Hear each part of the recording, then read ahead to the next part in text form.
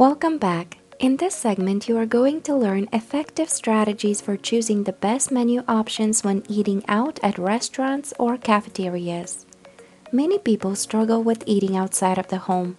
This is especially true for those who eat outside of the home at least 5 times a week.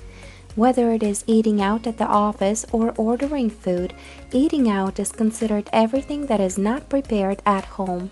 This includes anything from fast food, casual and fine dining, to the cafeteria at work. If you work 5 days a week and eat at the cafeteria every day, this gives you plenty of opportunity to practice choosing healthier and lower calorie items so that you can get to your weight loss goal. Having to eat outside of the home doesn't mean that you won't be able to stick to your diet. It just means that you have to become your own menu detective and be a little bit more mindful of your food choices. Also, just because your workplace has a cafeteria doesn't mean you can't prepare your own lunch and bring it with you. Here are some strategies you can try when dining at the cafeteria, your workplace, or another buffet-style dining option. Brown bag it. Instead of eating at the cafeteria, try packing your lunch at least 2 days a week. 5 days a week would be ideal, but when you pack your own lunch, you will save calories and you will save money. This habit will also help you become more organized and pay attention to your meals. Salad is a great lunch option. Eating vegetables in a salad as your entree or as a side dish every day is a very important strategy. Vegetables can be very filling without adding many calories. They're also full of fiber and vitamins. Keep in mind that you might not have a good low-calorie salad dressing option at the cafeteria. In that case, you can season your salad with lemon juice, vinegar, or a little bit of salt. You can also bring your own low-calorie salad dressing. At the restaurant, when you're ordering a salad, make sure you ask for the dressing on the side so you can control the amount you put on your salad. Restaurant salads are generally drenched in dressing, and this can sabotage your weight loss plan.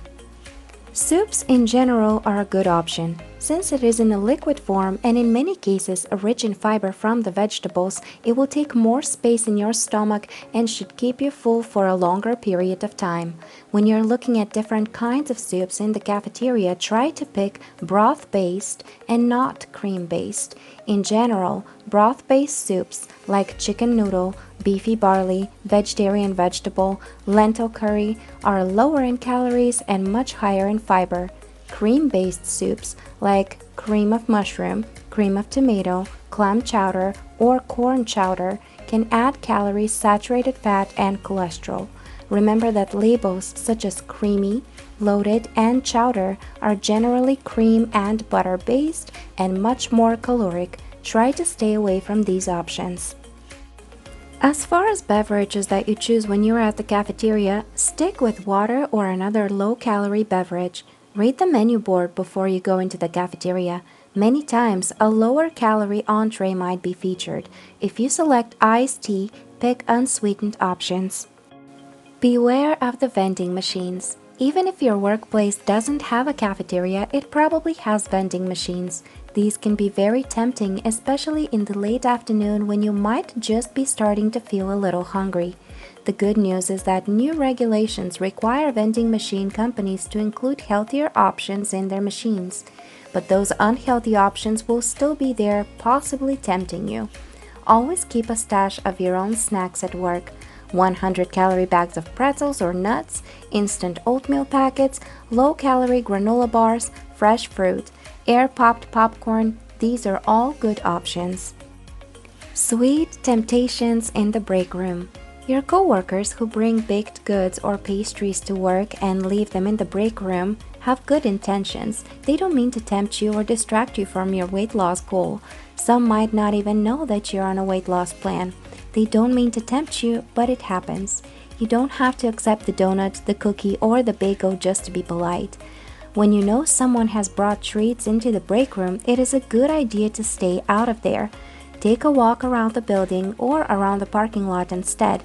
Ask yourself if you're really hungry when you're standing in front of a vending machine or before you open the break room. Use the hunger scale method. If you are between level 4 and level 6, you are not really hungry. You don't need a snack at all. Sometimes cravings for sweet treats are actually signs of thirst. so drown your cravings with lots of water. You may actually be thirsty and not hungry at all. If you are a little hungry, reach for your healthy snacks or fresh fruit. Eating at restaurants. When you're trying to lose weight, the best plan is to avoid restaurants of all types. There are too many temptations when it comes to restaurants. The appetizers, the desserts, the breadsticks, the cocktails, the smell and sight of restaurant food are very powerful triggers that can get you off track. Sharing a meal that you don't have to cook with your friends and family is fun and exciting, and we're not trying to completely eliminate these experiences. Just try to limit the number of times you eat out.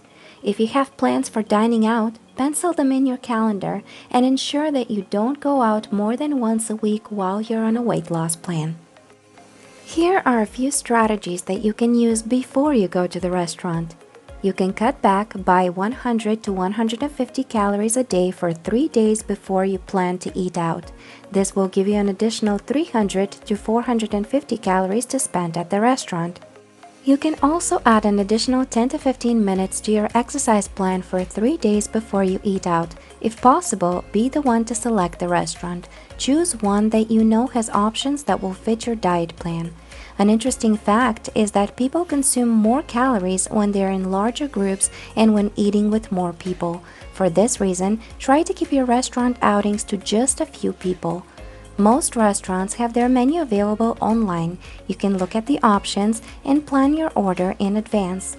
Having a plan is an excellent strategy. Remember to use the hunger scale. Don't go to a restaurant when you're really hungry. It's better to have a light snack and get yourself back to level 6 or 4 in the hunger scale, rather than to go at the restaurant very hungry on a much higher hunger level. Here are some strategies you can use when you're at the restaurant. You should be the first one to order and try to stick to healthier options. That way you won't be tempted by menu items that other people order. You should tell the wait staff not to bring the breadsticks or the tortilla chips. These foods are filled constantly at the restaurant tables, and those calories add up very quickly. You should always ask the waiter how the food is prepared, whether it is baked, broiled, charred, boiled, fried, sautéed, etc. If you are a meat eater, ask how many ounces are served for the meat, poultry, and fish items. You can always ask for double vegetable side dishes instead of the potatoes or another starch. Pick vegetables that are steamed instead of sautéed. Always ask for salad dressings, sauces, and gravy on the side.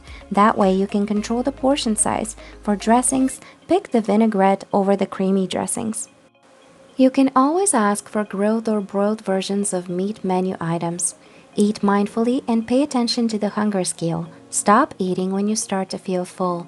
After you finish your restaurant visit, you can always cut back by 100 to 150 calories for 3 days after you eat out. And you can also add 10 to 15 additional minutes to your exercise plan for those 3 days after you eat out. If you happen to get off track while you're at the restaurant, don't put yourself down and avoid a relapse. Get yourself right back on track at the next meal with your food and exercise plan. One of the most powerful strategies when done properly is negative preloading. Think of preloading as eating a very specific appetizer about 15 minutes before your meal. It is a food that contains less than 100 calories per cup. Here are some examples. Start with a simple vegetable soup. The liquid in the soup will help fill you up and prevent you from overeating. Choose a simple green salad with fat-free dressing. The salad will suppress your appetite and is also rich in fiber. Begin your meal with a small piece of fruit. It is rich in fiber and antioxidants and will help prevent the cravings for refined carbohydrates.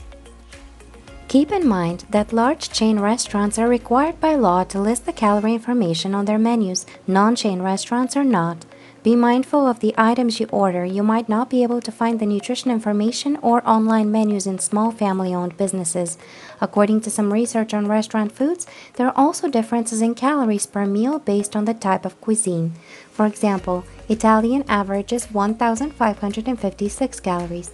Chinese averages 1,478 calories. American averages 1,451 calories. Vietnamese 984 calories. Japanese 945 calories. Greek 904 calories. Keep in mind that there are several limitations to this study to consider. Pizza was excluded from the study because the portion size varies so much. Also, all food was ordered as a takeout. No appetizers, beverages, breakfasts, or desserts were included. If you are on a weight loss journey with a clear goal in mind and you would like to succeed with your weight loss plan, limit going to restaurants and dining out as much as possible and dedicate more time to meal planning and preparing your food at home with fresh, nutritious ingredients. Mahalo and aloha!